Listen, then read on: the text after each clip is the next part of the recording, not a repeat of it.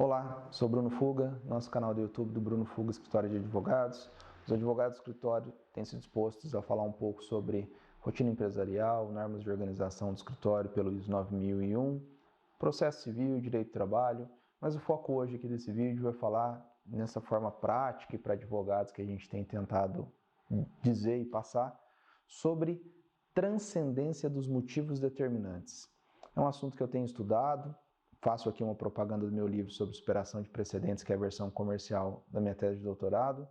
E tem umas 3 passagens que eu tento ser um pouco profundo ali sobre a discussão de transcendência dos motivos determinantes e que eu mesmo demorei muito para entender, porque há diversos entendimentos doutrinários sobre o assunto. O STF recentemente teve uma mudança de posicionamento sobre a aplicação da não transcendência dos motivos determinantes para efeito de respeito aos precedentes.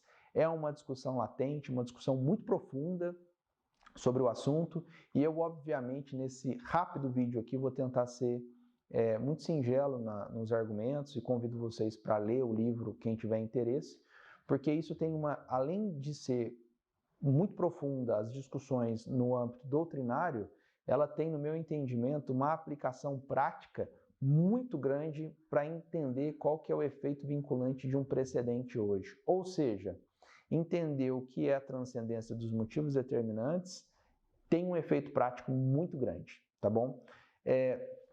Doutrinas ou decisões judiciais que citam esse termo para efeito, citam aqui principalmente na ótica do novo Código de Processo Civil, o artigo 988, parágrafo 4º, que fala: nas hipóteses do inciso 3 e 4, compreendem a aplicação indevida de tese jurídica e sua não aplicação aos casos concretos.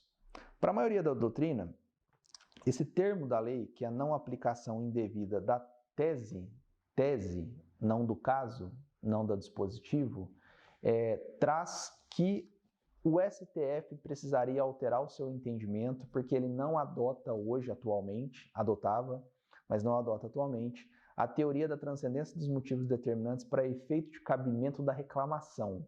Tá?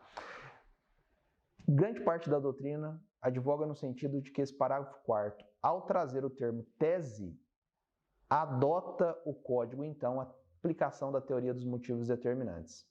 Mas o que é essa teoria dos motivos determinantes? O que é a transcendência dos motivos determinantes? Esse termo tão bonito e complexo, né? Eu tentando ser breve aqui, singelamente o respeito aos precedentes. O que é uma transcendência dos motivos determinantes? O que é motivos determinantes? O que são os motivos determinantes?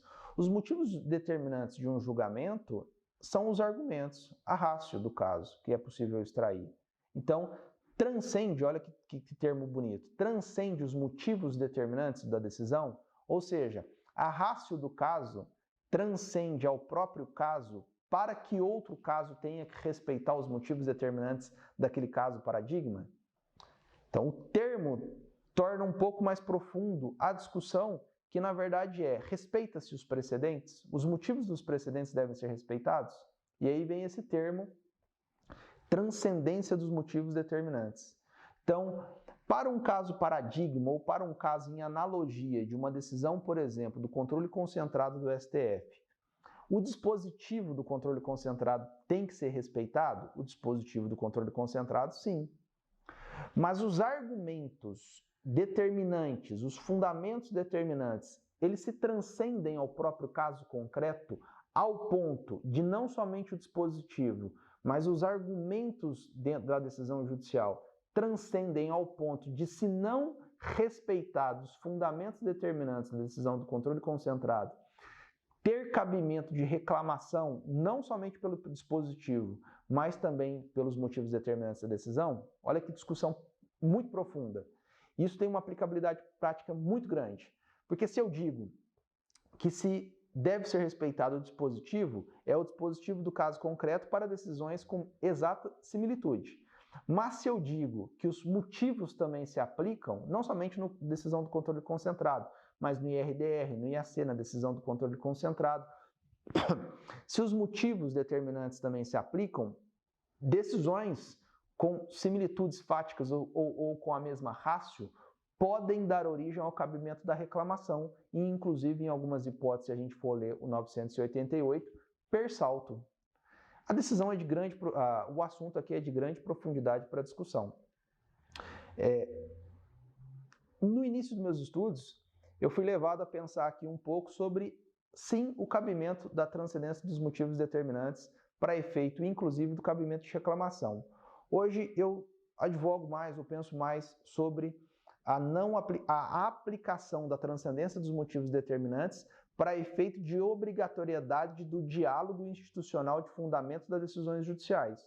Ou seja, um julgador, quando se deparado com os motivos determinantes de uma outra decisão, onde essa decisão paradigma tem um efeito vinculativo significativo, grande, forte, o julgador deve, na fundamentação da sua decisão judicial, enfrentar os motivos determinantes da decisão paradigma citada. Mas, entendo eu, que os motivos determinantes não são fontes de cabimento para efeito de protocolo de reclamação para discussão em cortes superiores. Justamente porque a Corte Superior teria que discutir o que é um fundamento determinante dos casos concretos, e aí nós poderíamos ter, além do próprio receio das Cortes Superiores de cabimento de reclamação, que eu sou contra, mas discutir os fundamentos determinantes, e aí por uma questão pragmática nós poderíamos ter um efeito prejudicial muito significativo no ordenamento jurídico, tá bom? Logicamente eu estou tentando ser singelo numa discussão aqui que é muito profunda, convido vocês para ler as minhas considerações ou as considerações de tantos outros grandes doutrinadores, porque é um assunto de fato que tem grande divergência, mas eu destaco, para encerrar aqui, o efeito prático disso.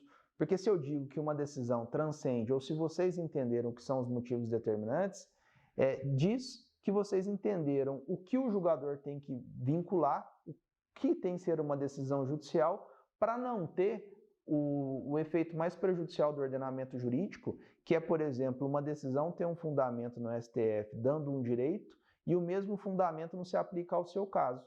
Decisões onde as rácios discutidas são semelhantes e são decisões diferentes, com fundamentos diferentes, e isso é prejudicial, tá bom? Então isso toca o efeito de aplicabilidade da reclamação e de fundamentos das decisões judiciais e de força vinculativa dos precedentes. Um assunto muito profundo, penso eu, mas que é de grande importância de estudo para qualquer advogado ou aplicador do direito, tá bom? Desculpe a rapidez que eu toco no assunto, mas é um assunto interessante, convido vocês a estudarem mais esse tema, tá bom? Um abraço para todos, deixo aqui no link a descrição de disponibilidade do meu livro e procurem se aprofundar na doutrina sobre o assunto. Um abraço para todos, assistam aos próximos vídeos.